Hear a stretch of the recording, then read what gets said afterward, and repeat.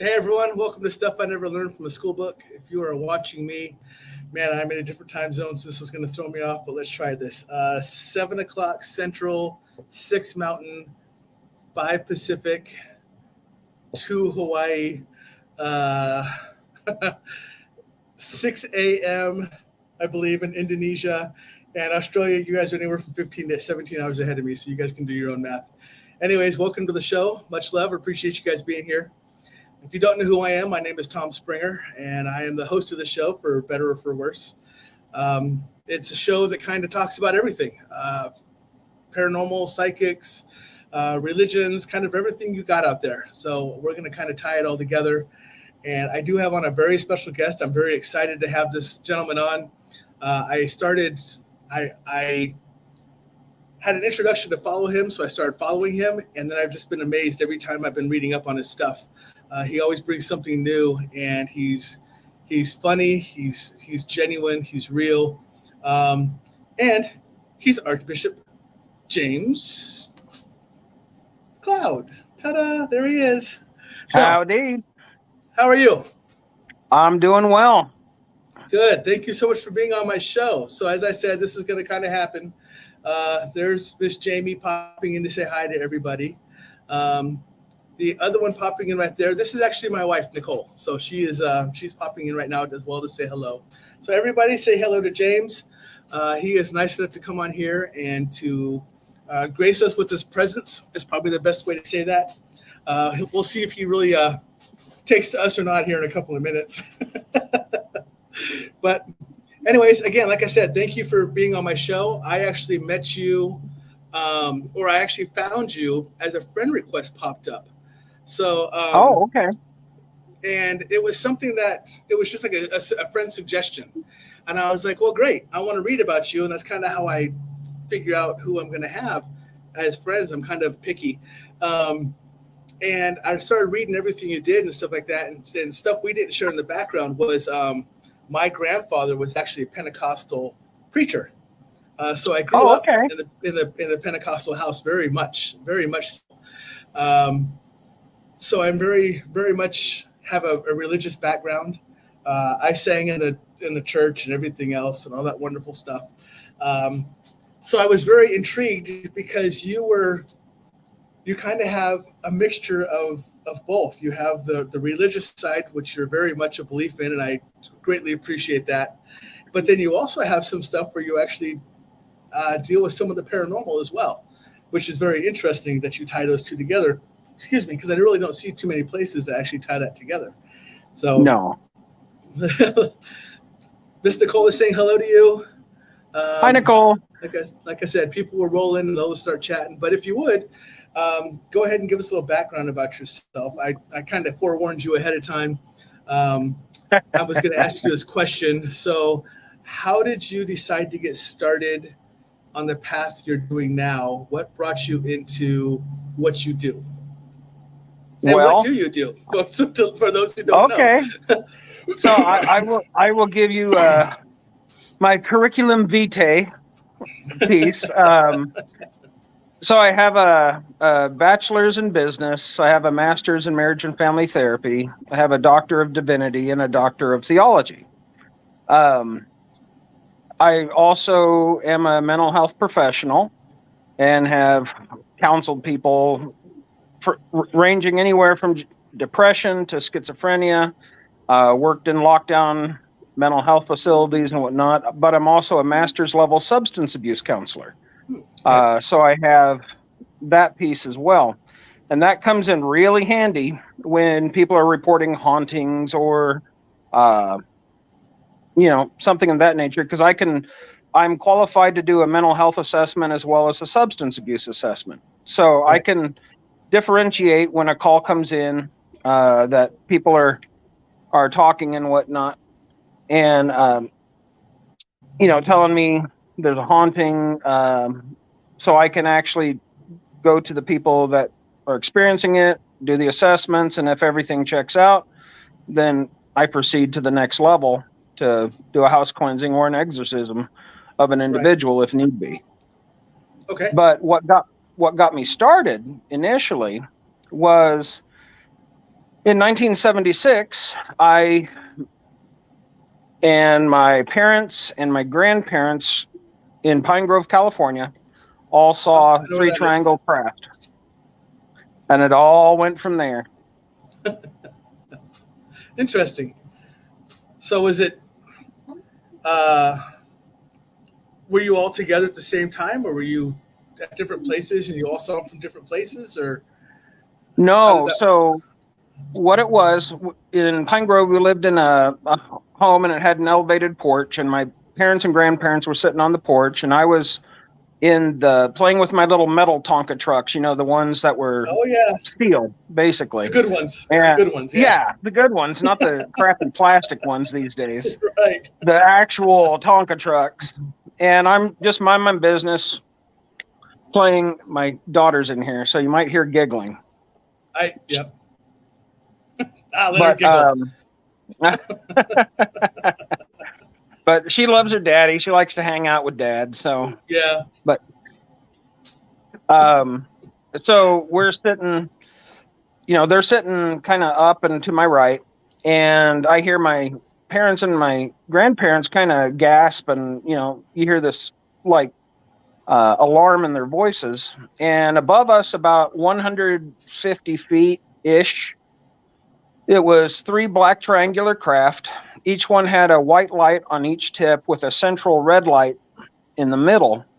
And to describe these craft, it looked like the kind of lava lamps, not the ones with the bulbous ones, but the solid lava lamps that kind of swirl and you can see the mixture going. Well, it looked like that in the red light. The white lights were solid and straight on. Underneath the craft, it looked like interlocking sigils almost, or plates, and they form patterns underneath the craft. And what was coming down from the craft was like how you see heat waves rising up from a hot road on a summer day, but it was coming down from the craft. And so they're just sitting in a triangle formation, triangle craft, 3 of them in a triangle formation right above us. And they sat there maybe, I don't know, 2 minutes or so. And then they went from above our head to over the horizon, just like that. And so, we're all sitting there. My grandmother, while they were over us, was saying, I hope they ain't going to hurt us. And, they're freaking out. So that night, I was the lucky one. Lucky. They're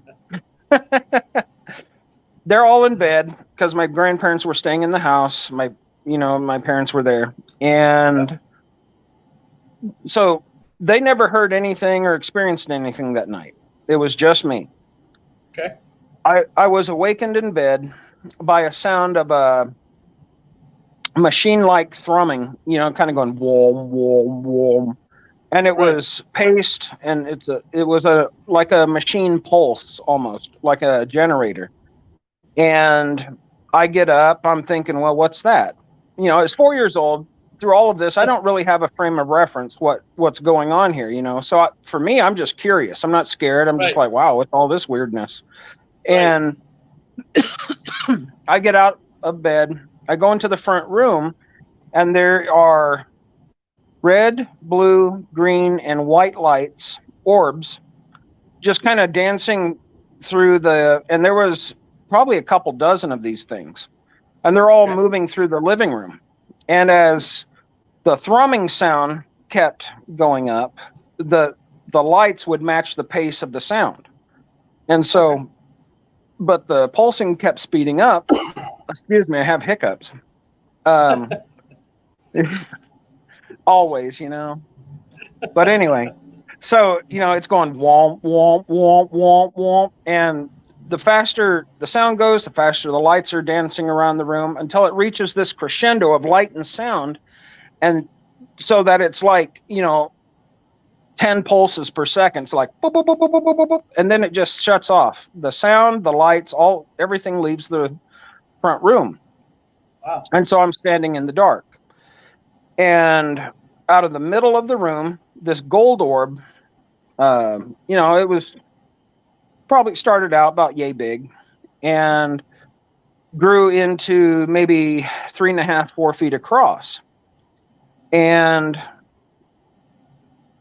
out from this orb that is now, looking like a portal, out steps this, what people would call a gray, except it wasn't gray. Yeah. It had golden skin.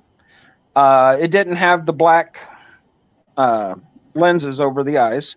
So the eyes were huge irises that were like a honey color. And the irises themselves looked like they were illuminated from behind it slightly.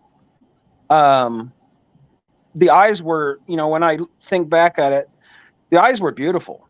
I mean, it wasn't freaky deaky to me at all or anything like that. And then this creature was about 3.5, 4 feet tall. And because it was about as tall as I was when I was maybe slightly taller than me when I was 4. And it opens its arms and says, "James, come to me."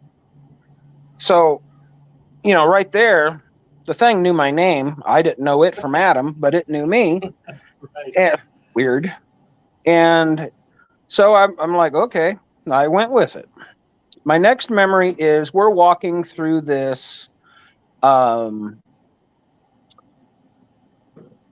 can't honestly call it a ship.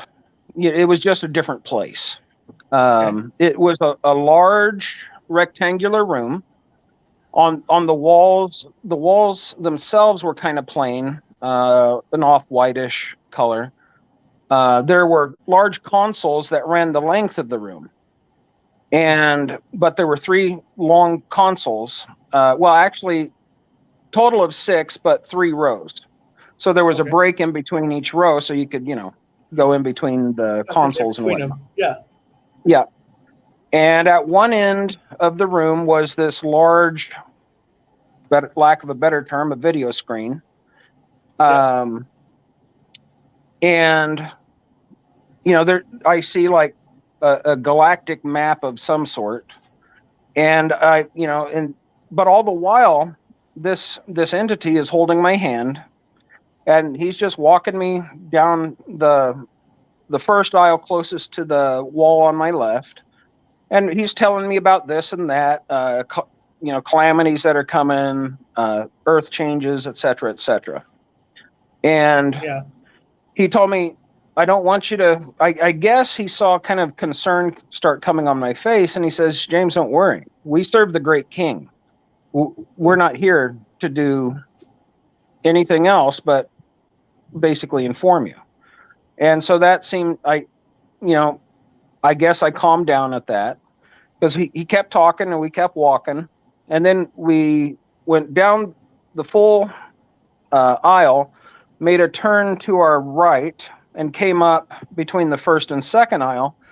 And at the end of that was like an archway, but it was square. And just to the left of that archway was a seat that had 3 seats on it, but it was a half moon. So, you'd have, one kid facing this way, one facing that way, and then a center one facing out towards the consoles. Right. And there were 2 other kids in the seats, to the left and right. And they had this like silver tube connected to the back of their head. And they seemed totally chill, relaxed. They held some sort of little tablet in their hand, and they were doing something with it. And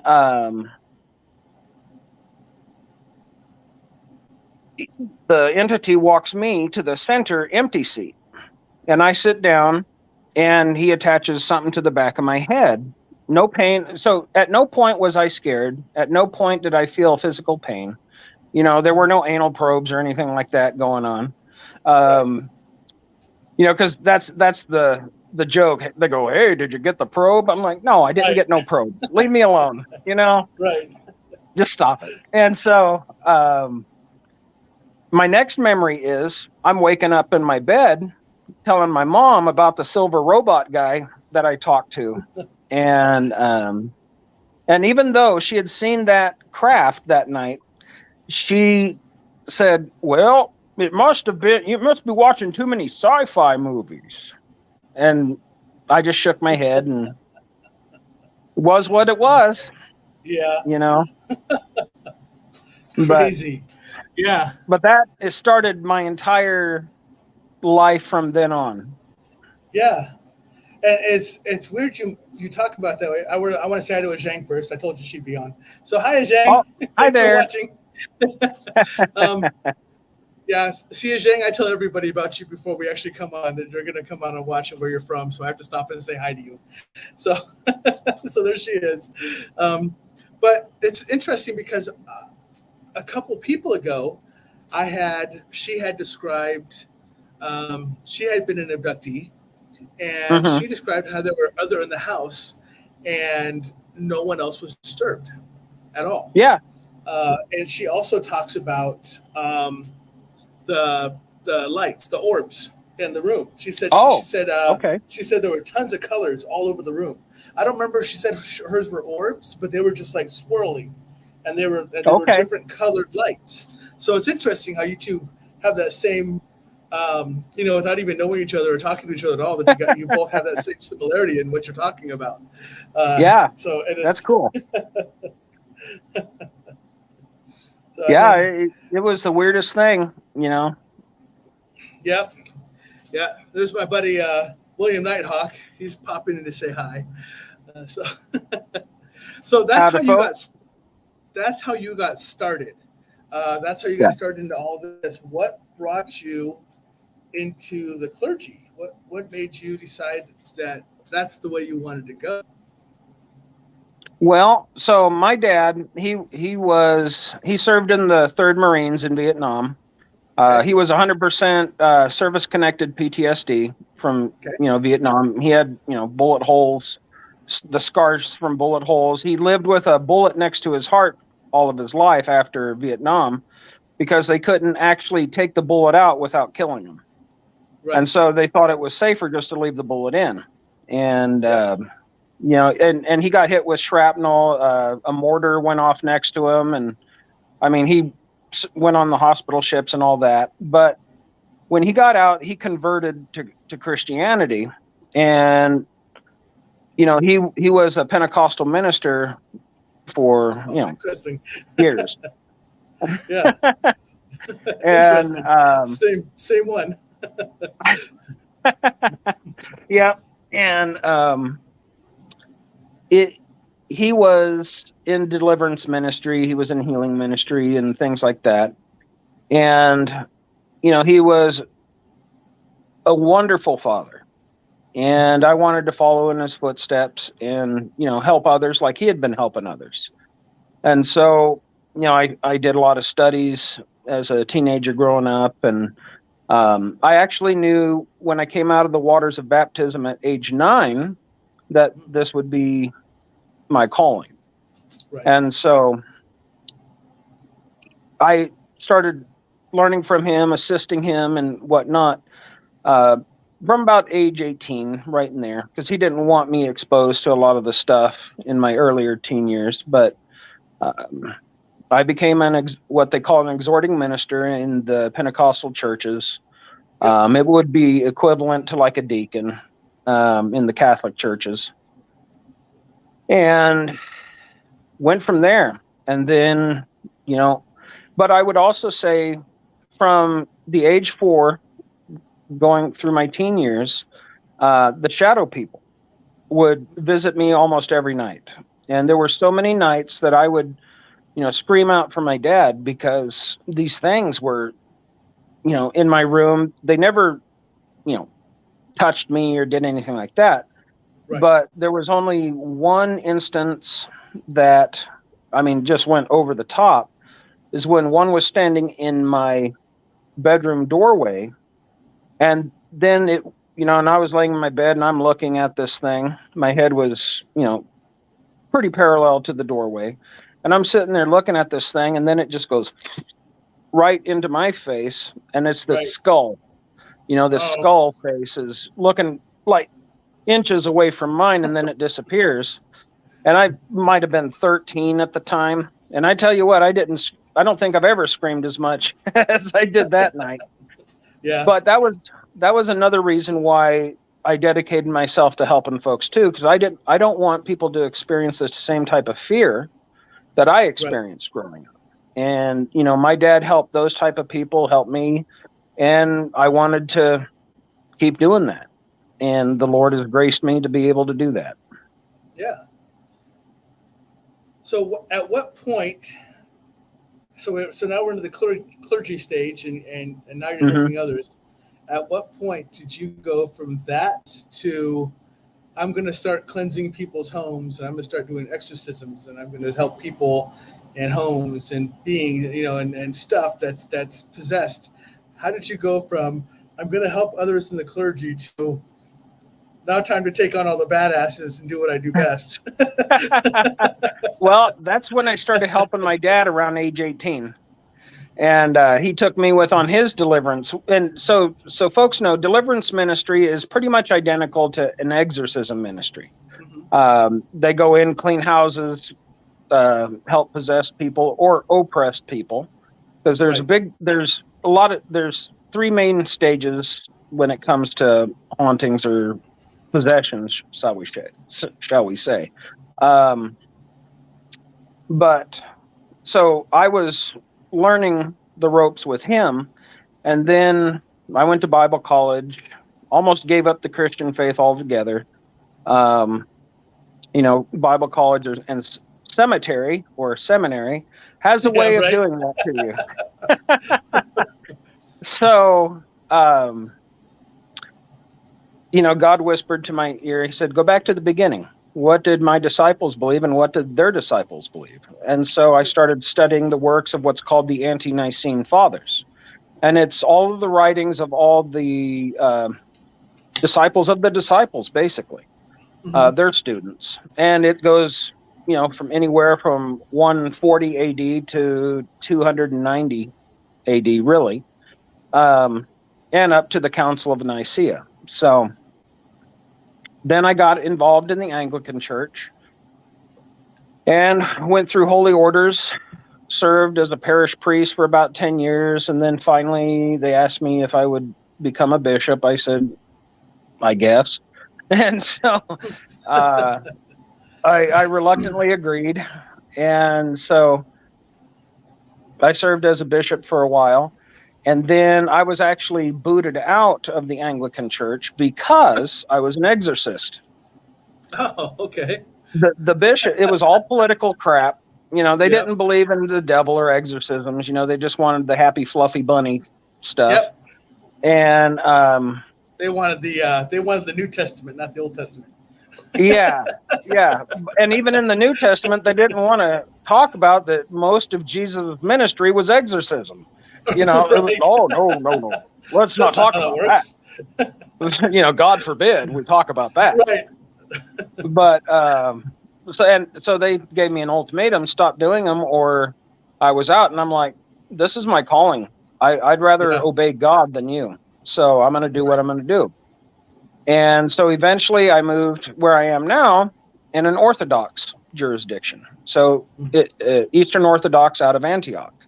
And that's where I am now. Okay. And I'm currently the superior for their Order of Exorcists. So I oversee another exorcist and 2 demonologists. So William posts on here, he had to actually say the Archangel Michael prayer the other night and have Bishop Long pray also to remove something that was in his son's room. Oh, okay. So they had to deal with something as well. So Nighthawk has a very interesting background, and he knows a lot. He's prior military, like I am. He's a disabled veteran. He's Native American. He's an indigenous person. He is a shaman, and he has a lot of practices that he does that are based in the Native American backgrounds. So he's been doing it, but he also knows a lot about the cryptids and really anything you want to talk about. He's kind of a jack of all trades type of person because he's been around so much and he's witnessed so much. So it's interesting that for him to say that they're having issues in their home, that they had to do something like this as well. So really quick, I wanted to bring up, so for people who are interested in, and I'll show this like 3 or 4 more times as we go on, but I want to kind of bring this up now. For people who are interested, right here is all of James Cloud's information. You can see his Facebook.com site here. And I want to talk about that second one really quick there, the Father James Patrick's Prism. So now just know that I went out there and I looked at this because I research everybody beforehand. I don't call it research. I call it stalking. I stalked you beforehand. I went out there and I looked at the site, right? And that's what I did in my background. So what do you know?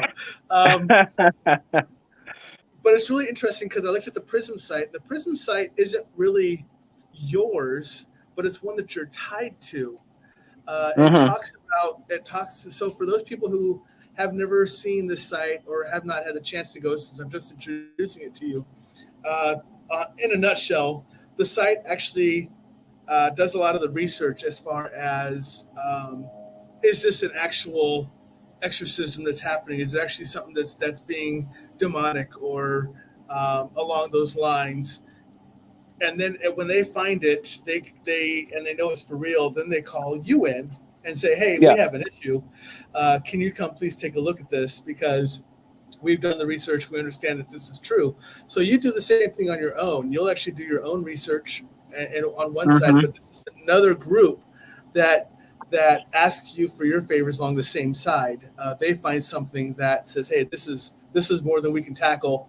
It's not just someone who's having simple paranormal issues to where we can go, hey, here's some black salt, surround it, get out, go away. This is the more extreme to where their scratches aren't scratches, but they're actually cuts. They're the ones that these cuts actually bleed, which is really more along the lines of what a demon does, not the scratches that you kind of get from the ones trying to get your attention. And stuff like that. So that's an interesting site that you're a part of as well, and that you do that on 2 different sites. I'm sure there's other locations that reach out to you too, because I also happen to know from my stalking background that you've actually been on television shows as well. You've actually been on. Sorry, I'm laughing because I just saw the hand run behind you. Behind your chair. That's a ghost. Oh my goodness. That's my girl. My son's down playing Xbox, and my girl's running around like a banshee. I just saw it pop up 3 times behind you, so I was like, "Oh, look, a bunny rabbit!" So, but sorry about that. But you're fine. But yeah, I like I said, I know that you've been on a couple of shows that actually probably a lot of us have watched. You've done Ghost Adventures. You've done a couple other ones. So and so how is it to? I'm very curious because there's always discussion about how much of the television shows are scripted and prepped based off of what's real. Sure. So the question I have, and if you can indulge us, if not, cool, I understand. Sure. But, if you can indulge us, how much of that actually does take place that you're just like, dude, I got to get in there and I got to help or anything else? And how much is it of the producer going, all right, so we got to get you in makeup and we got to get you in this and we got to, there's the situation we're going to try to set up and try to play for the crowd type of thing. So, so that happens. The makeup bit. None of the shows I've been on had any scripts. I didn't have to memorize lines or whatnot. Now they will do multiple takes if you don't have like the right expression or you're not on a mark or blah blah. But no scripts per se. Like Ghost Adventures didn't even have the makeup.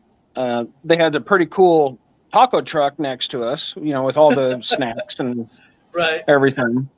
But on the shows, you might, like for Ghost Adventures, you might see, Aaron and Zach and the other 2 guys. Right. But actually, there's about 12 people total, including security, that are typically on location. Like when I did In Search of Monsters, the Jersey Devil episode, Yeah. That, they actually flew me to Mount Holly, New Jersey. But I will also say, at no point did I ever seek out any TV stuff or anything else. Right. Literally, the Ghost Adventure producers called me out of the blue one day. I don't even know how they got my number, honestly. And they go, "Do you know any haunted locations?" And I'm like, "Well, yeah. At that time we were in Southern Oregon, and then Oregon has a bunch of hauntings." Yeah. And I said, "Yeah, Golden, and then the Wolf Creek Inn, haunted as crap." And so it just went from there, and then other things started rolling in. I guess word of mouth or whatnot. I figure I'm easy to work with because I'm there to do my job, and I really don't. I'm pretty comfortable in front of cameras. I really don't care. I really don't care beyond that because I'm just there to do my job. And cameras. As long as they don't walk into the bathroom with me, I'm golden. But In Search of Monsters, went out to Mount Holly, New Jersey to look at the witch's well to see if I sensed and could, confront the Jersey Devil if it was there. Long story short, no Jersey Devil, but the Witch of the Well did show up, which they did not air. Actually, it was... even though, they talked about the Witch of the Well actually showed up. I saw her. We had a chat. I gave her absolution and she went bye-bye. The story on that one, she was actually a very beautiful woman in life. She was not a witch. And but the women at that time, it was, there's a witch, burn them kind of idea. Right. And the women of the small village that she was in Mount Holly, all their husbands would look at this gal because she was really pretty. And they said she was a witch, get rid of the competition, and it's all grand kind of idea. And that's how I communicated with her.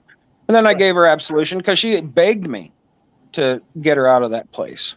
And I'm like, absolutely. And I said, absolutely. I'll give you absolution. I'll give you a prayer and off you go. And by the way, that's actually cleared most human haunts that I've, been a part of. Yep.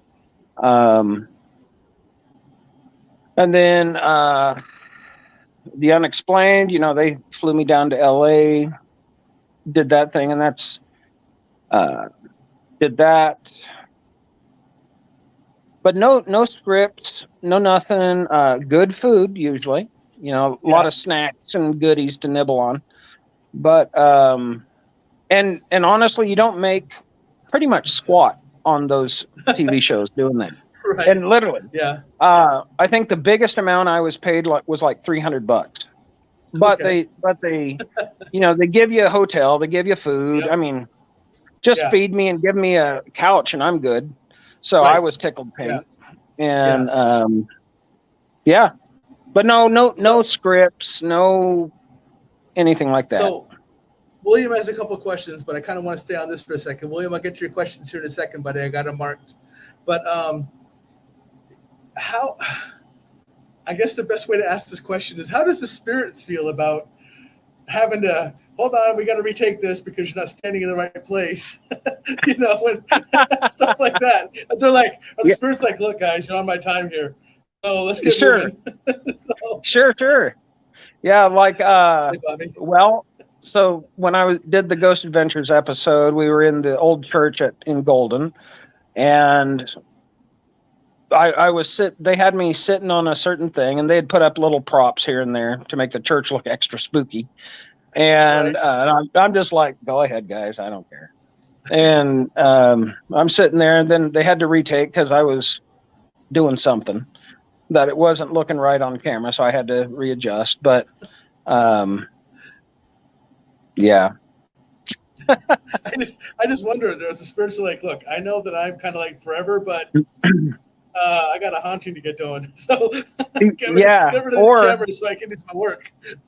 Or a lot of times, hey, I want to get out of here. And they're like, no, wait, we got to do this thing over here first. And then you can do your thing. I'm like, okay, sounds good. Yeah. So I have a couple questions. I told William I'd bring them up. So one of the second one, but the first one I'm going to bring up is, what do you think about investigators that provoke spirit, that actually try to antagonize and bring them in? So, well, it can be dangerous. For one, it can be very dangerous. There are times when I deal with the demonic, I have no problem provoking them, because I go in. I don't go in as a negotiator. I'm not there to coddle them. I'm not there to, have this counseling session with a demon. I go in as a SWAT team, basically. I go in, kick down the doors, and do my job, and then bye-bye. Because that stuff for you has already happened. There's already been enough that an action has taken place that you're there because they've already been provoked enough that, or enough stuff has happened that you need to get rid of them.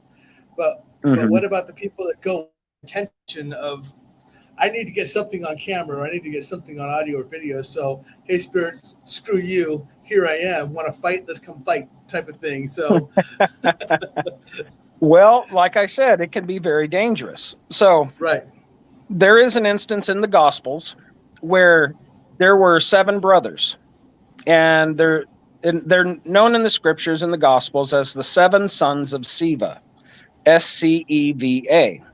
And so Sceva apparently was a priest or something in a Jewish priest in Judaism. And these 7 sons of Sceva saw St. Paul casting out demons and whatnot. Or let me see. I think it was not the Gospels, but in Acts. So they'd seen St. Paul, and they go, I adjure you by this Jesus St. Paul, Paul speaks of, to come out of this man. And the demon, through the possessed person, looked at the 7 brothers and said, Jesus I know, and Paul I know, but who are you? And the scriptures say, one man, one possessed individual, tore the 7 brothers up. It's so much so that they were naked and bruised and bloody and had to run away. So you go in and, and trying to be little Clint Eastwood and messing around with the spirits and provoking them, and especially the demonic, you're gonna get your butt handed to you if you're not careful. And it's not going to be, the money shot that they're aiming for. It's going to be the hospital shot that they're aiming for. And so it doesn't turn out well sometimes. Yeah, because we've discussed. So for those, most everyone on here knows this, but you don't. But this gentleman right here, Bobby Thomas, is basically a brother to me. We used to be part of the same investigation team, and we've talked about this because we followed groups in that had provoked spirit, and then we're following that group in like the very next weekend or a couple weekends later, and stuff seems to go sideways a little bit on us because they're like, oh, you're back, come on, I got you, I got something to hand you. So it's interesting because we've been in other places too, to where we've come in and when Bobby's team investigates now, and as far as I've known him and everything else, the investigation has always been with love and light, and to just get to know the truth of why the individual is there. Do they need help? What's their backstory, type of thing? And they've never used provoking or anything that was negative in any way. And they don't go in there with the plan to make them do the same song and dance that a lot of other investigation teams do. They're like, oh, touch the light, make it light. They're like, okay, I am going to ask you to touch the light, but it's only so I know you're here so we can have a conversation, type of thing. So the way they approach it and reward everything else is very much more towards love, like I said, than anything else. So I think the way they go about it is much better than the way a lot of other places I've seen it. And I'm like, ooh, and there's some things that happen. I'm like, oh, look, that's cute, and like you said, I have not the full understanding you do, but I have the understanding that guess what? If it's a demon, that you don't need to provoke it. It's there to take your, to hand you your ass anyways. There's no, he will let you it's know going to get you. That demon will let you know it's there, whether you provoke it or not. It's going to let you know. Yep. It's not like a spirit. It's not like a shadow person. It's not like anything like that. Demons are a different level. And they're not there to say, hey, I got stuck here because someone brought me in and do me a favor and unlock that door and let me out. No, they're like, oh, look, someone brought me a snack. Yeah, someone brought me a snack. I appreciate that. So, so that's interesting, that you have that same understanding. And like I said, it's nice to see that the way that Bobby and his team work when I had the chance to be with them. So it was cool. Nighthawk has another question as well. And he is asking, have you ever had the opportunity to hear the sounds a black hole makes? He said it actually sounds like the screaming of the gates of hell. So, I actually saw that video because I'm big into quantum physics, quantum mechanics, those type of things as well. Because honestly, I think a lot of the things we're calling ghosts and perhaps even demons are interdimensional rather than the traditional idea of spiritual. Right. Yes. And so there's a lot of dimensionality that goes on with that. I personally believe. So I'm into that. And I heard the black holes that sound, crazy stuff. Yeah. It's interesting to bring up the interdimensional stuff because that was something I learned when I started learning my. Sorry, my wife is making fun of me because she says, "Oh man, Tom's going to nerd out people," because I have because my background. I'm a nerd too. It's fine. Because my background is theoretical statistics and quantum mathematics. So that's why she's like, "Oh, Tom's about to go nerd," and I'm like, "No, I'm trying to resist it." But do it. But it's interesting. I know, but it's interesting because you talk about the interdimensional thing, and I realized that I have the ability to hear people and to talk to people and to see people from other dimensions. Now, whether it's spirit or not, I don't know. But I found out when I was working with an investigation team, it's the same one that Bobby is part of. I was able to hear what I would call a lady talk to me. She told me her name was Mary. Now, when I hear spirit in our dimension, I feel them in my head, and I get other pressure in my head and everything else. But when they're from another dimension, it's actually across my shoulders. So I know it's from another location because I can feel in my shoulders, and the other people that I'm with can't hear that person, or they can't even sense that person or feel that person. So I'm learning that I'm able to communicate with other dimensions. I've actually done it twice. With her, I've done it a lot because she seems like she wants to stay with me and just talk to me because I can hear her. But then I've had another one come up and started talking to me as well, and I was able to tell where they're from because they're across my shoulders. But there's been a discussion now, I'm sure the discussion's going on forever because there's a handful of people that are over there on the commenter side that actually talk about maybe the cryptids like Bigfoot and some of the other ones are from other dimensions. That's why we don't find any bones. So that's why we don't see them like we should or anything else. Or that's why footsteps just stop, at a certain place. And don't worry, Nighthawk, I will not start speaking Klingon. That I save for another discussion. That's Star Trek, not Star Wars. So, but so it's interesting to hear you talk about the fact that the other dimensions as well, because like I said, I grew up in a very religious household, as you know, when we talked about it before. And this stuff was never talked about in my household ever. They didn't talk about interdimensional. They didn't talk about alien UFO. They didn't talk about all this different stuff. So you have a different twist on it than just what I would call the very traditional religious side of the house. So it's sure. Well, and I believe, a lot of the things, the demonic can manifest as a physical being, especially the fallen angels, and even Right. the UFO stuff. Hmm. Because in my studies, so in Genesis 6 as well as Psalm 82, you find the Grigori, or the Watchers. These Hmm. are beings that were tasked by God to observe the earth and report back to God. In Genesis 6, some created hybrids with the humans and created the Nephilim, aka the giants. The giants. Yep. Um, yeah, and there's ton of Native American stories about the red-haired giants. You know, they had Right. to exterminate them because they were cannibals and vicious. Well, that's Nephilim, and there's giants been reported all across the globe. That's the Right. Nephilim. As a result of these watchers, you know, having sexual relations with human females and Right. hybridization. I mean, you hear that in UFO stuff all the time too. Right. And then in Psalm 82, God actually judged the watchers and said, you know, Mm. because you are siding with corruption, evil, and everything else on the earth, so I'm paraphrasing here, I'm going to strip your immortality and you will die like a man. Right. And so now, you know, the immortality piece is stripped from them.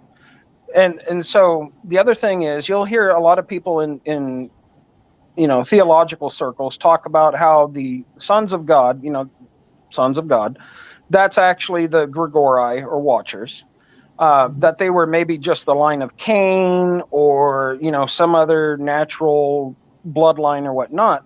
No, no, that's not what the Bible says. The Bible says these are something different, but they also have DNA. They're physical, and just from a strictly biological standpoint, they have to have DNA, and they're so close to humans that they could actually mix the DNA. Obviously, genetic mutations because they came out giants and Right. male, only male, and very wicked, which is also another source of demons. When a Nephilim dies, they can't go to heaven or hell. They're stuck on the earth because they're Right. an aberration and an abomination. And so they're stuck. And, you know, at the final judgment, of course, the little happy butts will be thrown into the lake of fire. But until then, they constantly seek a person, place, or thing to inhabit and haunt. Right. So that's where, so you have the fallen angels, but then you also have the demons. They're Right. two different beasts altogether, and but all serve the same side, which is wickedness. Right. That's interesting. I didn't have that background. And now and I don't know if you know this. Nighthawk may be able to answer this one for me. Um, but I spoke with you beforehand. I told you that I'm able to speak, see, and hear elementals. Sure. Just like I'm talking to you, I can see them out in nature, and they appear to me and they talk to me just like we're talking and everything else, which is supposedly odd. I did not know that was odd. I thought that was normal that we can do that for psychics, but I see the elementals, and then I see basically another being that's in between the elementals and the humans, and they seem like they're smaller than the elementals because the elementals are huge. They're just like giants. They're huge for the most Mm-hmm. part. Um, but then there's a smaller version of them that's in between that. It's almost like a hybrid between the elementals and the humans. And I don't know if that's just a Native American belief. So maybe it falls along the same lines of what you're talking about.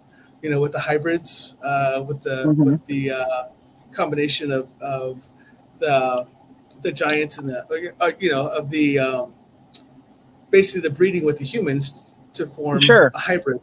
And I'm wondering if that falls along the same lines It could. of It what could. I hear about that. But But of no course, one's it ever would, talked. whatever it is would have to have DNA as well. So it's a Right. physical being, but dimensionally phased. Yeah, and I'm curious because no one has ever talked to me about this. It's something that I see. It's one of the beings that I can actually physically see, but they're not. they're worldwide, but they're almost restricted to certain areas worldwide. They don't roam the earth like the elementals do. They're kind of restricted to certain places. Okay. And it really ties to, there's places all over the world that have these mounds. They're earth mounds all over the place. And they really seem to protect the mounds of the areas that are around the earth. And that's where I see them at. Where I live out in Nebraska, over in Iowa, there's a huge just layout of them, and I can see them all around them. And it's almost like they're tending to them and protecting them and everything else. But I know that the elementals work with them, and it's almost like the elementals are almost like their superiors, almost like it's their masters. When they come around, they work even more, but they're never harmed. They're never in danger or anything else. It's almost like they're saying, well, we're working to show you that we're working because we appreciate you as an elemental, type of thing. It's really weird. Oh, okay. But it's something I've seen. I heard someone else talk about it once, but it's something that I can see really clear when I'm out in certain areas. So I'm wondering if it kind of falls along those same lines, because other people have talked to me. It's weird how so much of the same thing travels all over the world. Because, like, for instance, someone talked to me about the different colored dragons: red dragon, green dragon, white dragon, blue dragon. And then they talked to me about the Asian dragons and the Nordic dragons. But then we have the angels who have their colors identified to them. We have Archangel Michael, who is really blue and stuff like that. So, but the dragons have the same, like, they're basically put in that area for the same reason as what our angels are. The protectors, the healers, and everything else, and their colors match up. So the blue dragon does the same thing as the Archangel Michael is the warrior. So the blue dragon is the warrior, whereas Archangel Michael is the warrior, and Raphael, and so the colors match up with the different belief systems out there. So that's me squirreling off again. But it's weird that that all over the world we have these kind of same connections. So it's interesting to me that maybe the mound people that I see may be another culture of what you're describing, as far as like the fallen angels and stuff like that, the Nephilim and stuff like that, how they work. So sure, I wonder if that's just another culture design of it. Could be. The Bible tells us there are angels that govern the waters, the winds, the earth, etc., and they're tasked with their responsibilities to make sure everything's working as it should. And then, of course, I'm doing a Bible study on Revelation on my Facebook page, and at the end of the age, these angels are talking back to God, going, "What am I doing? Okay, well, let's do it then." And off they go, doing their thing. Right. Yeah. So I'm curious, in all of this that you do, have you seen angels?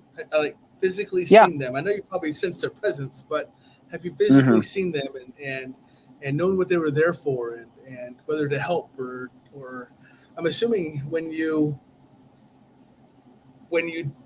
do a exorcism, angels are sent to help, are sent to protect. Absolutely. Yeah.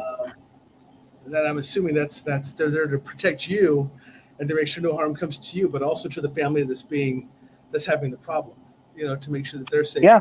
And if you're having to pull a person, if you're having to pull a demon out of a person, they're there to make sure that not only does the demon leave, but the person is safe during the process as well. Yeah. So I'm not sure if I'm right about that, but I'm just curious about that. No, you're not far off. We have different prayers, and I always ask for the angels of war to come around during an exorcism to protect and to expel the demon along with the Holy Spirit.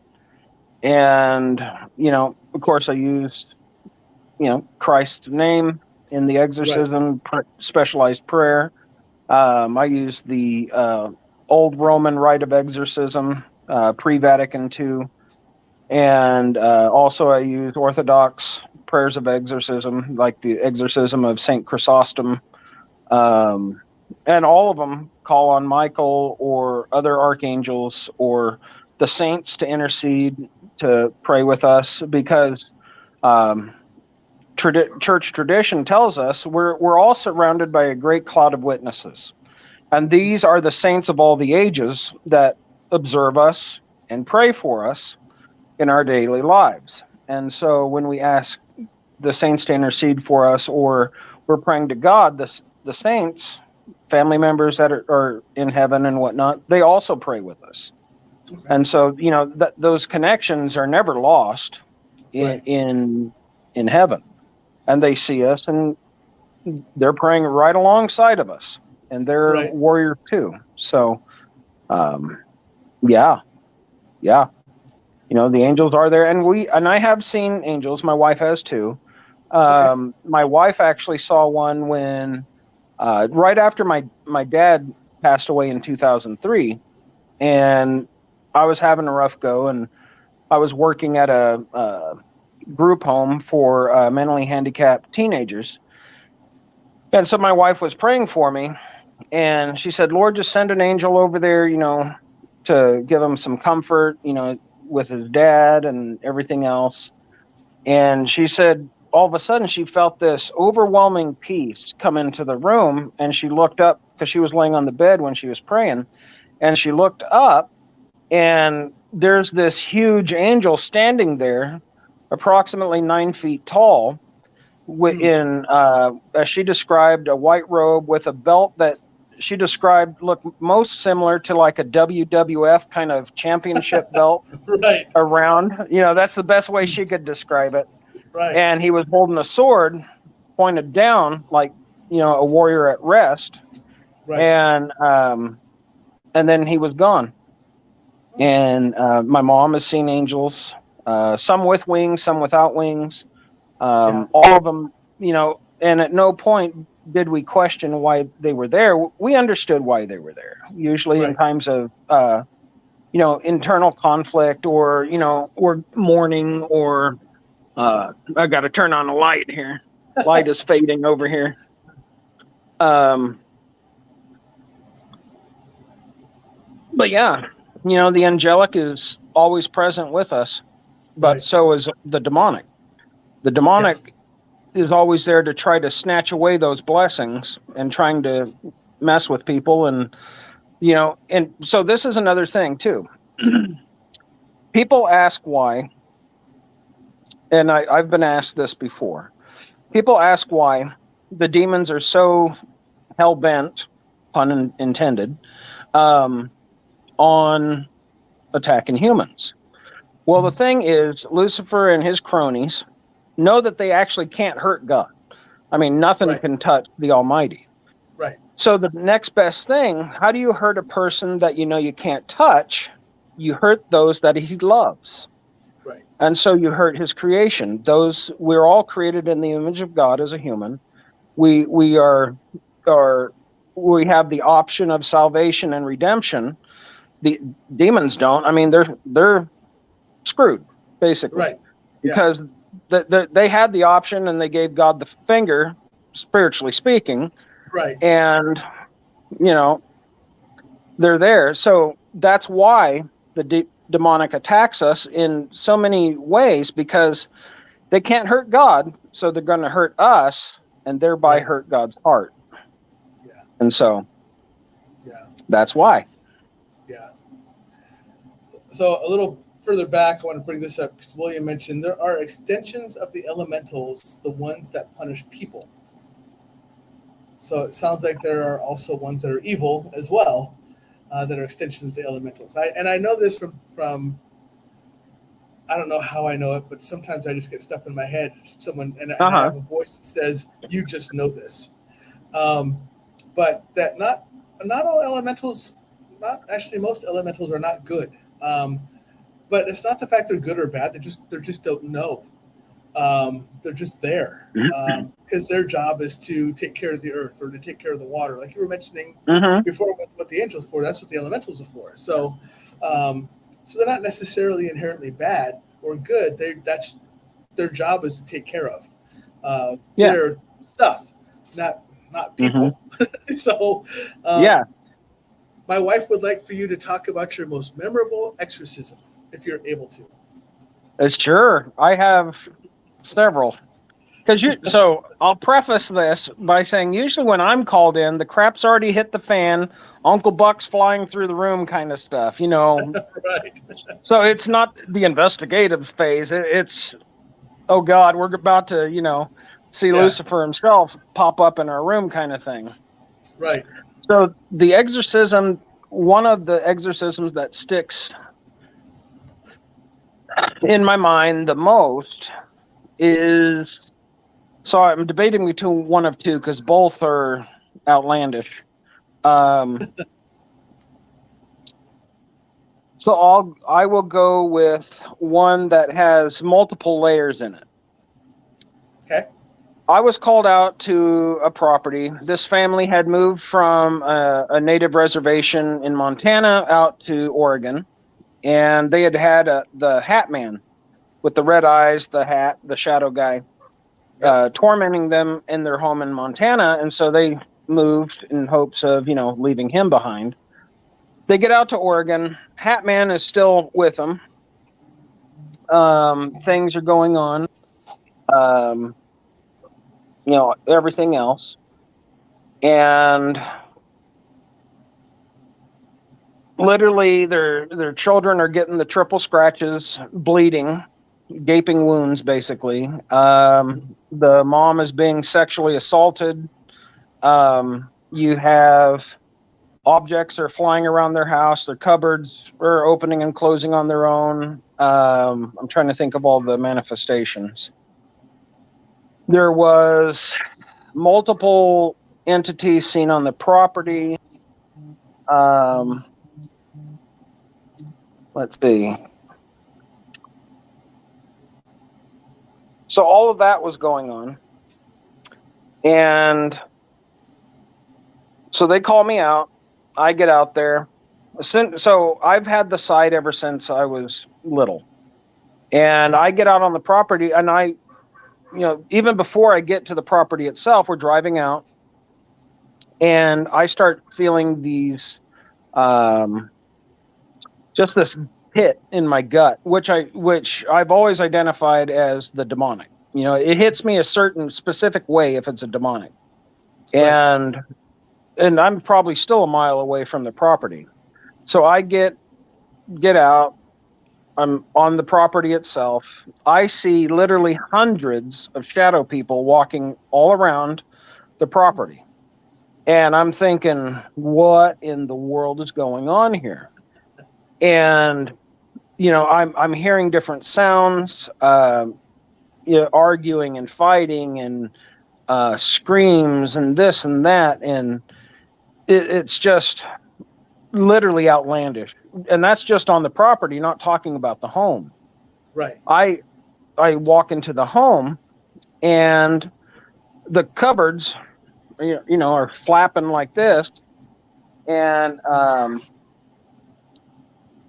I got a call coming in. Of course I do. Of course. But let me text back real quick. It's my wife. Okay. So let me do that. Wife's Trump shows. I understand this. So. So sorry. She knows okay. I'm on the show. But That's she's fine. a child protection worker, and so she okay. has to travel around the state. Right. All right. Let me get back to you. Hopefully I'm still on camera for you. There we go. There you go. Yep, you're there. But so I get in the house, and I'd only heard the reports because I like to go into a home and one moment, I gotta take this call. Okay. So sorry. You can put me in the background for a second if you want. Okay, I'll throw you in the back. All right, everyone. Small pause while we're on a commercial break. I'll know when he's back because right now his image to me is frozen, And when he's back up off the call, he'll actually be moving because right now his video is frozen. So I'll be able to see him when he comes back on. But anyways, yes, Nikki, wife Trump's show. I get that. I know that. And I'm perfectly fine with that. So in the meantime, I will tell you that next week I will not have a show. So 1 second, I'll explain that later. He's off his phone call and I'm bringing him back in. Well, hi. Well, hello. So right, sorry, guys. So sorry. Go. Hold on. I didn't. You weren't quite on your mark. Can you go back and do that again? Oh, sure. I'll try to do that. Okay, thanks. Appreciate it. So, I'll try to get the pensive look and right up into the light. Yeah. So. But no. So to continue my story. Yeah. I'm in the home, and I don't have them tell me exactly what happened in the home. I know the reports typically, but I like to tell them where things have happened because I like to go in raw as for the most part. Yep. And so I'll go in, and as I was going in, I'm seeing a dead body on the floor. I'm seeing blood all over the house. I'm seeing all of this other stuff, just, again, this crazy outlandish stuff. And I'm like, yeah, you got some serious issues here. And I even saw the Hat Man sitting in their laundry room, standing at the far end, looking at me. And so the Prism team is actually my exorcism team too. So they go with me and support me in prayer as I go through the home doing my job. So they were there too, and they were going through the house and prepping the equipment, the rooms, and everything else for the exorcism. And I go outside, and I'm sitting in the front yard. I mean, it's pitch black out. It's probably 9-10 o'clock at night in the fall. And I sit down around a fire pit that's not lit. And I basically said, okay, Hat Man, you want to have a chat? Get your butt out here. Right. And, because I was mad because they were hurting, these entities were hurting the kids. I mean, crap was hitting the fan. Things were going on. And so I have no problem challenging it in that situation. And sure enough, it shows up behind me. I feel it before I see it. Right. And I stand up and I face it. And it's probably 6.5 feet, 7 feet tall. And, I mouthed off a bit. And I postured. I do that, especially when I'm mad. I'm like, you're going to mess with kids. You're such a brave individual. You want to hurt children. You think you can, assault the women and you're just going to get away with it scot-free. I said, you have a choice. You can get out now, or I'm going to call upon the Almighty, and he's going to drag you by the nape of your neck, throw your butt into the ditch. And he disappeared, at least for a time, for, the duration of the exorcism. And I go into a shop that's attached. I see a older gentleman in a white work shirt, and I can't remember his name, but he had his name badge even on his shirt, and he's just standing there because they had seen a lot of stuff in their shop too, and heard noises and things moving. And so this was a human spirit. And so I went in, gave it absolution, gave him a prayer, and he just was gone. He was happy to get gone. He wanted to get gone, but he just couldn't for some reason. Why a spirit gets stuck, honestly, I don't know. Most of the time in like suicides, murders, that kind of thing, a tragic event kind of thing, they get stuck. Could be crying out for justice or whatnot. But in this one's case, he was the previous owner. He had died. I described it to the homeowners, and they said, oh yeah, that was the guy we bought it from, and he had died. And that was him that you saw. So I walk around the front of the shop, and there's this huge oak tree, and I see this person hanging by a rope from the tree. And I'm like, what is going on here? This is really weird. So I put my hand on the tree and I start feeling all of these emotions. I'm seeing blood again. I'm seeing all of this other stuff.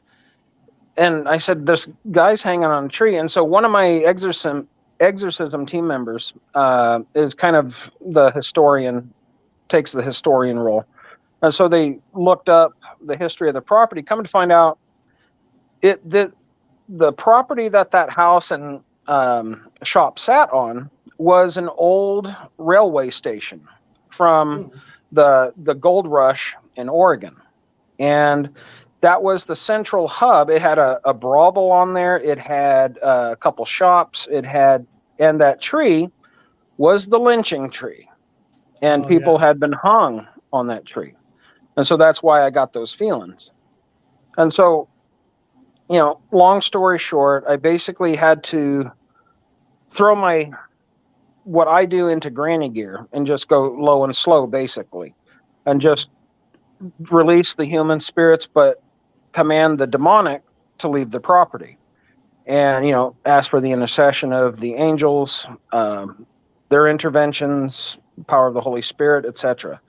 And I'm just going through, and we got it cleared.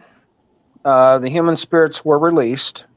The demonic left for a time, because the disclaimer on the demonic is you can get rid of the demonic, but they do circle back. Once they get your scent, they circle back and they look for an opening, because they want nothing better to do than to reinfest a person or place. And so you have to make sure you've got all your spiritual armor up. You've got to make sure that location is dedicated to God. You got to make sure lifestyle changes too have to occur once a demonic has your scent, because if you don't, then it comes back 7 times worse, because it brings not only the original but 7 others that are worse than the first one. And and that's what Christ himself said. And so I gave him the disclaimer, all that, well before the exorcism. They said, oh yeah, we'll change. Got it cleared out. It was peaceful for about 2 months, and they hadn't changed what they were doing. And I won't go into that for their privacy. But it came back, and it came back with a vengeance, because they did not listen. And the last time I heard, they had to move again because hospitalizations were occurring from being severely beaten, the wife, the husband, the children. It was an equal opportunity attacker. So, But that was one of the most active, most memorable ones that I had, because just the sheer volume.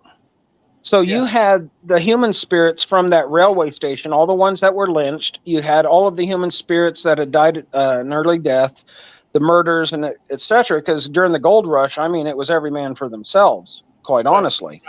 It was what it was. And on top of that, that property was in the middle of the Rogue River Indian Wars. So you had Native American spirits that were bound there from the wars between the whites, and whites spirits that were there because they died attacking the Indians. They had that whole, and you can even look that up, the Rogue River Indian Wars, I believe it was called, or the Rogue Valley Indian Wars, one of the two. But crazy stuff. Is there and I don't know I'm looking for the correction on this, the actual on this from you. Okay. If you can gain a demon's name, does that give you power over that demon? Or if you say that name out loud, does that give that demon power because you know its name and you mentioned it? Which way does this work? So I will give you the answer, and I will give you a caveat to it as well. Okay. So, as an exorcist, I typically get the name of the demon en route to the location. I mean, God will whisper their name in my ear, and then I use that against them when I get there. So just the average person going in, knowing the demon's name, isn't necessarily going to give you any power. Okay. Just because you know a bad guy's name doesn't mean that you have any power over them. Right. However, if I, as an exorcist, know their name, absolutely it will give power over them. Because, talking, because once you know the name, you're blowing past all of the deceptions, all the lies that they try to tell. I mean, they will disguise themselves as Uncle Buck, that your favorite family member, if it'll serve their purposes of deception as well as infestation and ultimately possession, God forbid. But so you got to be very wise about that as well. Right. So yes, it can give you power, but you need to be approaching it from the right angle. Otherwise, they're not going to listen. They don't have to listen, quite honestly. But that doesn't give them power over you by knowing their name, nor does it curse someone simply by sharing a name. If it did, I think a lot of people would be infested by looking at a YouTube video of a friend of mine that created the series It Feels Evil, because I actually did a show for him on YouTube and did a full-blown exorcism. Literally, it's his thing is live sci-fi. It was real exorcism on tape or something. It's on YouTube. But and I actually fought with the name. It was an archduke, a prince of hell. And it fought, let me tell you, and it possessed both him and a producer. And I had to get the demons out of them because, well, I love the guy, but he didn't listen, and he got hit. And so I had to get it out of him before it got its hooks. And because jumping does happen. That's another thing. We've met that. So, yeah. But yeah, to answer your question, no, just knowing or speaking the name doesn't curse a person that like you're inviting it. It would be like, saying a person's name and then that person now curses you because now you know their name. It doesn't have that same effect. I'll put it that. Now, if you're like glorifying that name and going, ooh, so powerful, oh, so impressive, oh, then you might invite them. But if it's just, this is the name, this is what happened, kind of like just the facts, ma'am, and then I just wonder because I know that we have been on investigations where we were facing something. I don't want to say it was a demon because I don't believe it was, but we were facing something. It would not give up its real name. It gave us everything, but it was trying to hide its trueness to us. And so that's what I was curious. If we actually figured out that thing's name, was that thing worried about if we knew its name, then we can now kind of not really control it, but it kind of got rid of all of its power because it no longer had a name to hide from us, or no longer had we basically called it out, type of thing. Sure. We're like, oh, this is what you are. This is who you are. We know who you are now. So you're only this big and you're not this big. So, Yeah. Well, and the biggest thing, the reason why they don't want to give up their name, because they lose all of the deception and all of the obfuscation about their true nature. Because once you know the name, you know exactly what they're all about, and then you can address it. Yeah. So I have a couple here. Nikki, I'm going to go to you second. I'm going to bring a Zhang's up.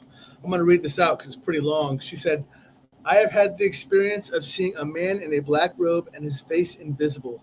He entered our church choir room while my choir was practicing at that night. Suddenly the door opened and I saw that man and the door slammed. He looked so tall and I suddenly had a migraine, and apparently the same thing happened in the previous 2 weeks. A devote saw the man in the black robe walking on the red carpet of the church to the altar and then disappeared. And she follows up with, is that demonic? Most likely, yeah. And I will also tell you this. There is a general belief that a demon can't be in church or be on holy ground, and that's a bald-faced lie, because I have had to exorcise churches in the past. And two, what better way to destroy a church than to infest churchgoers and church members so they fight amongst themselves, carry on, act like fools, and then, the subsequent loss of faith, loss of trust, even if they don't possess the person, they've achieved their goal. Right. Yeah. So that's a possibility, Chang. It could be something along those lines, that it could have been demonic. So sure, absolutely could have. Yeah. And Nicole, I'll go back to hers now. She says, how does a place get so bad that it needs an exorcism? Is it what the people are doing or what the people are like? So it can be a mix. There's a lot of things that open doorways for the demonic in a person's life. You can look at the 7 deadly sins. Most folks know what they are, greed, sloth, wrath, that kind of stuff. Yeah. But pornography, substance use, so when you read in the Bible about sorcery, so such and such practice sorcery. Well, the Greek word for sorcery in the scriptures is pharmakeia, where we get the word pharmacy. So sorcery is technically drug abuse and substance abuse. That's sorcery according to the scriptures. And so that absolutely opens a door. Now, whether something walks through or not, it's a roll of the dice, but the door is at least open. Playing with the occult. And one of the prime ways so a lot of people don't believe it, and, it's a free country, I guess you don't have to.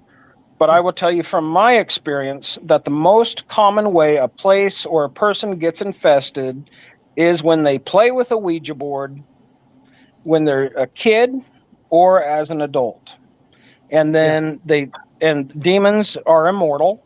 They're exceptionally wise, exceptionally smart.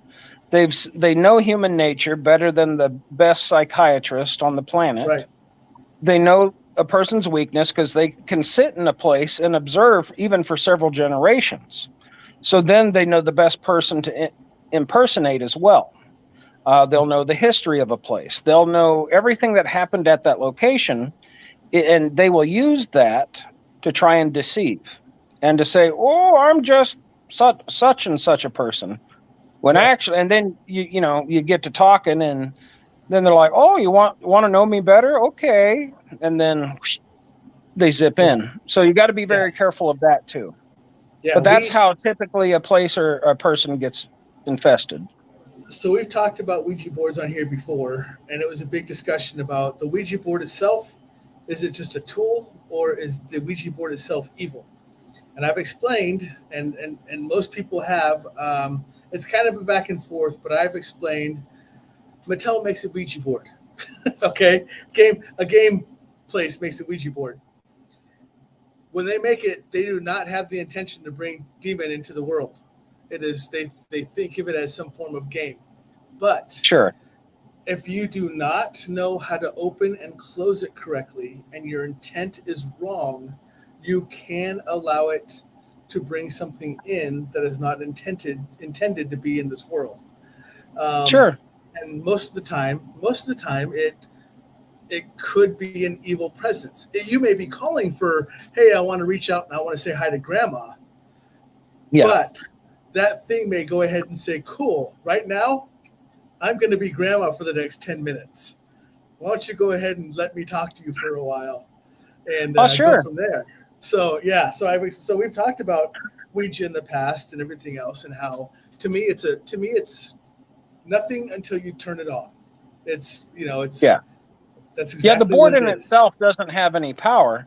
Right. But when you intend to use it to communicate, you got to think of it this way. It's like opening an open radio channel to anything and everything in the environment. Yeah. Sorry, I gotta let Joe know he's not invisible anymore. He's the one I told you would be coming. One of them coming in from Hawaii, and okay. every once in a while he would write a message, and I couldn't see it. Others could, but I couldn't. Okay. So now he's saying, "Hey," and my wife responded to him. He says, "Yeah, I'm not invisible anymore." So just letting him know, it's been like 2 or 3 weeks of shows that he has not been able to communicate with us. So, oh wow, so, yeah. So it's good that he's able to communicate again. So, excuse me, but yeah, and he would be another person that would be good to talk to too, because he does a lot of the Hawaiian culture, and he does a lot of the backgrounds and the beliefs and understandings and everything else from that side of the house. So it's interesting how theirs seems to differentiate from what a lot of the people here in the mainland know, but they still have the same kind of ties. Like I said, it's kind of like the angels and the dragons. They have the same similarities, but yet it's a different culture. So even though the beliefs may seem to be somewhat different, they're not. We all tie together somehow, one way, shape, or form. So sure. And he's saying he agrees with the Ouija board being a tool, could be embedded in that, be at the hands of the inexperienced, right? And that's just it. The inexperienced think they're just playing a game. Hey, let's play with the Ouija board today, and this is seen on TV, and I keep hearing bad things are happening, and so let's go ahead and try it. Hold on a second. Listen to the sentence you just said. Well, it's like the meme. It's like the meme that you see on Facebook.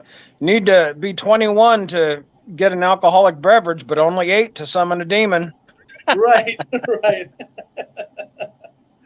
Yeah, and he even states, personally, I've never found a reason to use it besides curiosity, which isn't a good reason for me.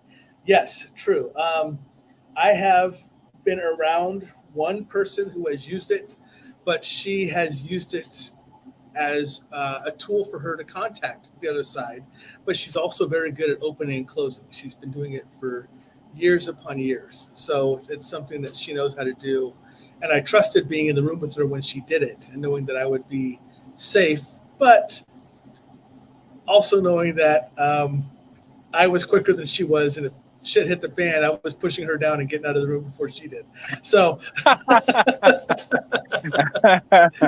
you called it in here, it can have you. I know that's wrong to say, but it's so true. So just like when I tell people, I do not. Just like I tell people, if we're being chased by a bear, I do not have to be faster than the bear. I just have to be faster than you. And if I'm not, I'm pushing you true. down. So, yep. So, Joe, you just came in, man. You missed a lot of the show. I hope you go back and actually watch it. Jamie did tell us that you were going to try to come in later, so I'm glad you made it in. But so I'm trying to find a way to tie, and I can do it in my head, but just not out loud. How to tie what you do with the clergy and what you do with the exorcisms and stuff that you may possibly do with some of that side to, is any of it possibly tied to either the other dimensional stuff or the alien side of the house or anything like that you come across and been like, but this is what it is. It's not, your house isn't possessed, but you're dealing with something from another dimension, or you're dealing with something that, you have a portal and it's just, hi, they're just going to use you as an entry and an exit type of thing. Have you ever had anything like that? So I will say everything is tied to each other. Right. Whether it's dimensional or spiritual or anything of that nature. Everything is tied. And so I will give you a Christian theological viewpoint of that from an exorcist viewpoint. anything and everything is subject to God, Right. and everything, whether it's in rebellion to God or in communion with God, everything has rules. There's a playbook by which they have to play, and they can't exceed those boundaries other than what they're allowed to do. So even the demons, even Lucifer himself, has to obey certain rules, even though they're in full rebellion and they think they're big bad and all that stuff. Mhm. They really do know which side the bread is buttered on, and they really do know that just like Jesus and the maniac of Gadarene, when Legion was in the man, he said, "Are you here to throw us into torment before the time?" They fully knew Christ could have just said, "Oh, well, here's the lake of fire right now, buddy." Boop. Right. And they were Yeah. gone. So, but everything is tied spiritually and theologically under God. Takes different forms, takes different things. Could there be life on another planet, like with a UFO or whatnot? And sure it could. Right. It could be, the little green men on Mars or whatever. But because God is creation, He thoroughly enjoys creating. But everything, even something on a different planet, would still be under the same guidelines as we are, and there's consequences for not following the guidelines. Right. Because what father would let his children, play with a hot stove? He'll say, "Don't touch the stove when it's on fire," and the kids are like, "Well, screw you, I'm going to do it anyway." Right. And then they get burned, and then they cry and whine. Burned, Why did you do it? Well, I told you, but you had to do it anyway. Learn for yourself. Yeah. Yep. You had to play with the fire. You gotta get burned, and there you go. But no, everything's connected. Everything, like I said, whether it's dimensional or anything else, everything's intertwined. Everything's interconnected in the cosmos. So, but it's probably not the best answer, but it's the answer I got for you. So Joe is the latecomer, so he's going to ask a question for you. Have you ever come across a case or heard of one that involves Satan himself or one of his generals? And he says, I ask because it always seems to be minions. And it usually is minions. So not the little yellow guys. When you're not the little yellow not minions, those guys. They're like the banana and all that stuff. No, not those not guys. those minions. Yeah.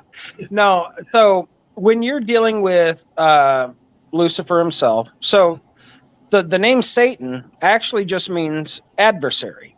So Satan isn't a proper noun for any specific entity, including Lucifer. Right. So when it comes to Satan, it just means adversary. Technically, any demon could qualify as Satan because it's the adversary of your soul. And yes, they are cute. I saw that. But the big boys, Lucifer, the generals, they don't piddle around with people or a house or something like that. Now, you'll get a crap ton of audio evidence or whatnot saying, "I'm Satan, I'm the devil, Satan. I'm..." Yeah. And so I liken it to military terms. What most people experience in a haunting, they're like buck privates right out of boot camp. Fresh. They're motivated, but they don't have much authority to do much of anything except shoot a gun, and do what they're told by the superiors. Right. So, but you may get a sergeant level sometimes, but it will be over a small area. So, like say a certain woods or a certain plot of land, a small plot of land. But then when it goes to lieutenant and general things, they're not messing around with people. They got bigger fish. They got nations. They got world leaders. They have all these other things to play and manipulate. And so that's the level they work on. And even large geographics, even toward nations themselves to try and corrupt. So that's the general level. Because what general is going to worry about a specific engagement without looking at the overall battle plan? A specific engagement may occur, but this is the broad battle plan. Whereas the minions or buck privates, they're like, okay, I'm supposed to go to such and such location and I need to do X, Y, Z as the big guys told me. And so X, Y, Z is what I'm going to do. So most hauntings are the buck privates. Yeah, that's the battle versus the war. Yeah. A lot of little skirmishes in the war. So yeah. And you know what? I have a question about this. All right, I got to ask this question, and I actually got an archbishop on here to ask this question too. Sure. I have read the Bible more than once, and in Revelations, Lucifer always loses. So if we already know the outcome, why is he even going to put on the boxing gloves in the first place? So that gets back to what He's like, come on. Oh, this ain't going to work out good. Well, sometimes, and we've all encountered these sorts of people. You tell yourself a lie enough, you start to believe it. So he believes full-hearted that he can usurp God. And in Revelation, you brought it up, he actually, at the end, he gathers all the armies of the earth to try and prevent the return of Christ. And then it says, as a result, the blood flows as high as the horse's bridle. So all the armies of the earth are obliterated by Christ just by a spoken word. It's just, boom, gone. But Lucifer, Christ described him as the father of lies, and there is no truth in him. So you tell yourself that lie long enough that you're big bad and you could take down anyone, any time, you start to almost believe that lie. And that's what happened in Lucifer's case. But on top of that, it also gets back to, another angle that you can look at it is it gets back to, well, how do you hurt God if you can't hurt him physically? You can't usurp his throne. You can't really do much for a frontal assault. So how do you do it? Well, you hurt the people that he loves. And that whole culmination is to try to get the people, when you read Revelation, Daniel, Ezekiel, some of the Psalms, Christ's own words, it's all to try and gain the ones that God loves onto Lucifer's side and then damn their souls as a result. Because people, so this is another question people always ask me, and I'm a straightforward guy, so I'll just tell you, and sometimes people get a little wounded, but from my perspective, it's the truth, and if it's true, well, whether you like the truth or not, it's still true. The end game is to drag people away from God the Father. People choose Satan's side when they choose not to obey God. It's a default. It's an either or from a theological Christian perspective. There's no little middle ground really anywhere in it. Think again, like a war. If you have the two sides fighting, if you're in the middle, you're getting bullets from both sides. You're standing there looking around the battlefield like, what am I doing? You're going to get shot. But so you have to choose one side or the other. And that's where Revelation kind of drags the culmination into it. But you also, so by default, when you're in rebellion against God, you inherit the same reward as Lucifer with his rebellion. Because actually hell wasn't made for humanity. It was made for Lucifer and the third of all of the angelic hosts which rebelled. Because a third of heaven went with Lucifer. And that is thousands upon thousands upon thousands, perhaps even millions. We don't know the exact number. But when we choose to go against God, we get the same reward at death as Lucifer and the angels, and that's why people go to hell. It's not that God is sending them per se, because think of it this way. If you lived a life that you didn't want to do anything God wants you to do, you wanted to live like the devil, we'll put it that way, you going to heaven after you die would be hell, because now you're forced to be under the thumb of God for eternity. So they don't go to heaven because of that. God finally says, okay, my will is that you come with me. I got this place made for you. I'm ready for you. Yep. But because of your choices, he says, okay, not my will, yours be done. And Right. we're shuffled off to Buffalo, shall we say. Yeah. Yeah. How about the and this is something that you know, because you know what my show's about. We talked about it beforehand, paranormal stuff like that. Yeah. And all the other different religions that are out there. So we have a belief that there is one creator, a creator, Mm-hmm. one person. Mm-hmm. In our culture, most of us call him God. But Mm-hmm. in other cultures, some call him Buddha. Some call him, you know, whatever. Sure. And my belief, though, is that we're all calling the same person a different name. He's still the creator. It's the creator, but we're all calling him by a different name because the selfish people who decided to go, oh, well, this is a really cool religion, but I bet if I change this little bit here, people will start following me over here.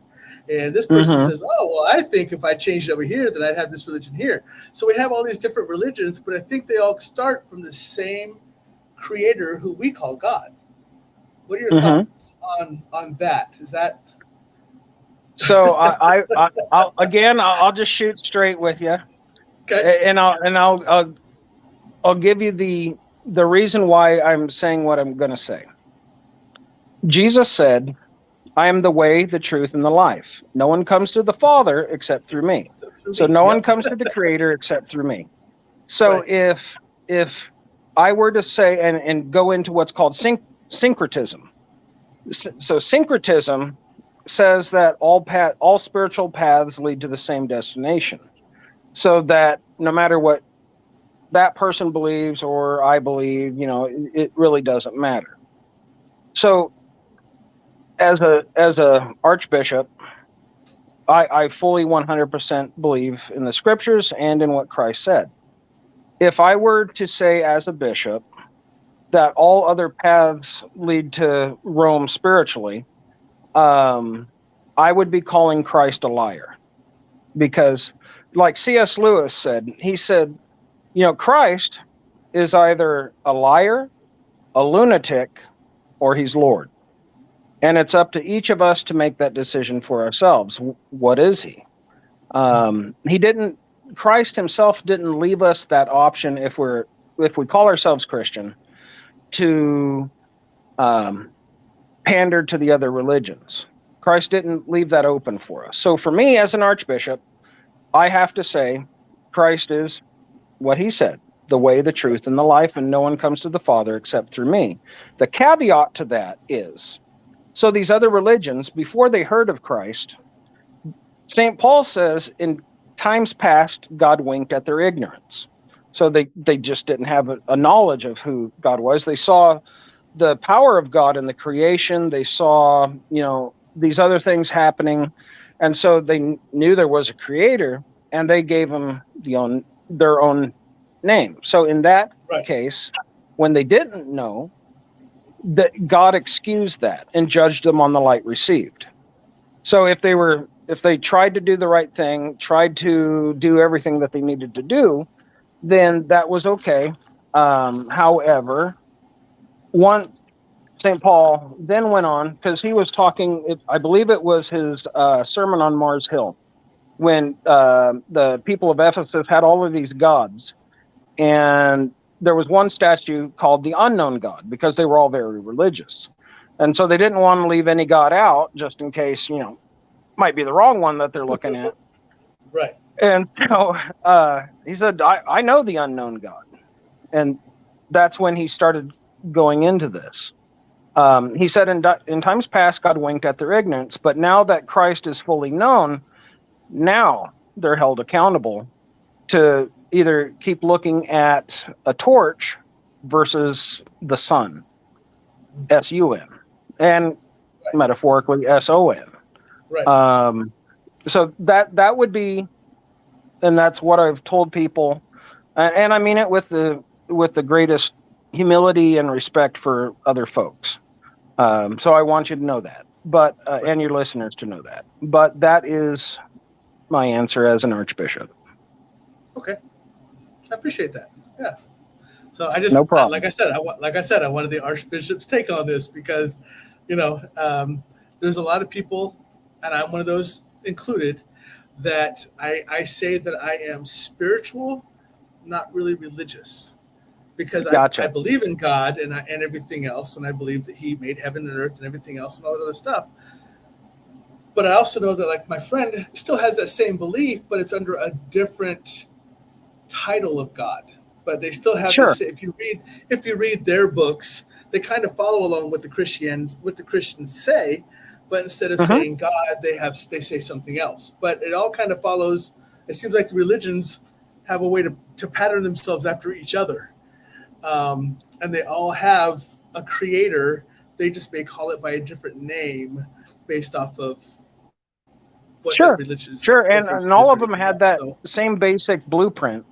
Right. They saw the creation. They knew it didn't just pop out of nothing, and so they're like, well, I think this is God.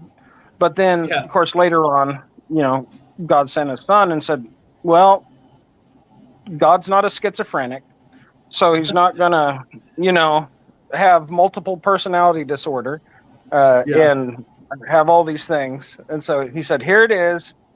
You didn't know it in the past. Here's my full revelation of who I am. Okay, perfect. That's what I said. That's why I came to the source. So to ask that question. Yeah. And I'll tell you straight up, Oh yeah. I don't have a problem with that. But I try to do it in the sweetest way possible. Right. Not as I'm so holy and y'all sinners need to get your act together. Right. Yeah. I appreciate that. Because I'm a sinner saved by grace too. Like I said, I appreciate the straightforward answer. That's what I'm looking for when I'm on my show. So I don't. If I wanted politics, I'd do a political show. So sure. Yeah, I don't do politics. No, not my thing. Yeah, not really my. I mean, I can talk them, but I don't. When I'm on the show, when I ask people questions, I want a straightforward answer. So good. So I appreciate that. Regardless of what the answer is, that's what I appreciate. So, yeah. So, but on that note, I think I'm going to wrap it up for tonight. But before I do, I do want to put this back up again.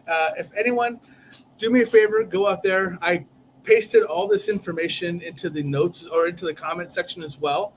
So you're going to find it on my Facebook, my YouTube, as well as my Instagram accounts, which all this is being posted to. Go check out James Cloud. Go look and see what he's about. Go be friends with him. Go check out his information.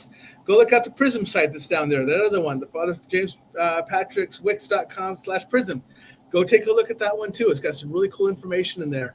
I went through it and I did all the readings about it and everything else, and it's really good information out there. So if you want to know more, if you have any questions, if you're interested in learning more, you want to just follow him like I do, because I actually follow the Father James Cloud on Facebook, and normally about a day we're good for a post. Sometimes there's more depending on how much his daughter's running him around, but at least once a day we're good for a post. But go out, check out the site, make sure everyone goes, follows, shares, all that wonderful stuff, and just enjoy what he does. So, but again, I want to thank you for being on. You're welcome. We've actually been running for almost 2 hours. Like I said, it would go by pretty quick. So we've been going for about an hour and 50 minutes. I know some people need to get to bed, because I know you and I right now are on the West Coast, but other people are halfway across the world or on the East Coast or Midwest. Like I know my wife's got to go to bed. Actually, I'm in South Dakota. I moved Oh, from are you in Oregon to South Dakota. Oh, Yep, okay. I'm on Central That's Time. right. That's right. You're on Central Time. So, yeah. So it's getting late for you too. Hopefully your daughter's already Yeah. in bed, not running around behind you. So. No, she's relaxing, eating a popsicle. She's good. Okay. Well, great. So just fill her full of sugar before she goes to bed. That's great. Oh, you betcha. Why not? Get a little That's right. spastic and go around Yep. acting goofy. Yep. Well, again, I appreciate you coming on. I love You're the welcome. fact you're on here. If you ever need anything from me, you're more than welcome to post to my sites.